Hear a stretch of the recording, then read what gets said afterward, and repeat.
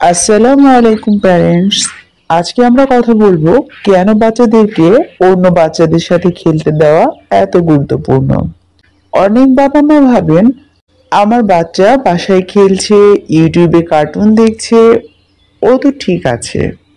কিন্তু বাস্তবে অন্য বাচ্চাদের সাথে মিশতে খেলতে না পারলে ওরা অনেক বড় একটি শেখার সুযোগ হারাচ্ছে। এক, ব্রেন ডেভেলপমেন্ট। খেলার সময় বাচ্চাদের ব্রেন এমনভাবে কাজ করে যা শুধু বই পড়ে বা ভিডিও দেখে সম্ভব নয়। যখন ওরা দল বেঁধে খেলে তখন সমস্যার সমাধান, নতুন আইডিয়া তৈরি, সিদ্ধান্ত নেওয়ার ক্ষমতা এসব দ্রুত বৃদ্ধি পায়। এটা প্রমাণিত যে গেম ও খেলাধুলা ব্রেনের নিউরন কানেকশনকে আরো শক্তিশালী করে। 2, গ্রোথ এবং হরমোনাল পরিবর্তন। যখন বাচ্চারা শারীরিকভাবে খেলাধুলা করে, দৌড়ায়, লাফায়, তখন তাদের শরীরে হ্যাপি হরমোন বেড়ে যায়।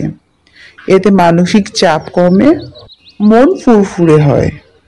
শরীর থেকে গ্রোথ হরমোন নিঃসরণও বেড়ে যায়, যা ওদের উচ্চতা ও শারীরিক বিকাশে সাহায্য করে।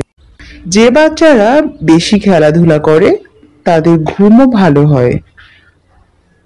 ঘুমের সময় গ্রোথ হরমোন সবচেয়ে বেশি কাজ করে, তাই শারীরিক বৃদ্ধির জন্য পর্যাপ্ত খেলা ও ঘুম দুটোই জরুরি। 3, সামাজিক দক্ষতা, সোশ্যাল স্কিল। অন্য বাচ্চাদের সাথে মিশলে ওরা শেখে কিভাবে শেয়ার করতে হয়, ঝগড়া মেটাতে হয়, কারো অনুভূতি কিভাবে বুঝতে হয় এবং পরাজয় মেনে নিতে হয়। এগুলো শেখা না হলে বড় হয়ে অফিস, পরিবার বা সমাজে অ্যাডজাস্ট করতে কষ্ট হয়। 4, আত্মবিশ্বাস ও ইমোশনাল ডেভেলপমেন্ট। যখন ওরা খেলায় কিছুতে যেতে সঠিক সিদ্ধান্ত নেয়, বন্ধুদের সাথে মিল রেখে চলে, তখন আত্মবিশ্বাস তৈরি হয়।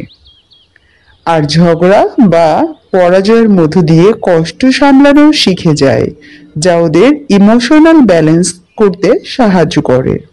5, ল্যাঙ্গুয়েজ ও কমিউনিকেশন। খেলার মধ্যে কথা বলতে গিয়ে ওরা নতুন নতুন শব্দ শিখে, বাক্য গঠন, প্রশ্ন করা, জবাব দেওয়া, এসব কমিউনিকেটিভ স্কিল তৈরি হয়।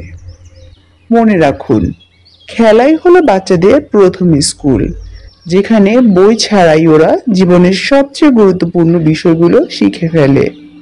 প্যারেন্টিং ফাইনাল নোট: আপনার বাচ্চা যদি লাজুক হয়, ভয় পায়, প্রথমে তার পাশে থাকুন। ধীরে ধীরে ওর আত্মবিশ্বাস তৈরি হবে। ওকে সময় দিন, জোর করবেন না। ভালোবাসা আর সহানুভূতি দিয়েই ওকে সাহসী করে তুলুন।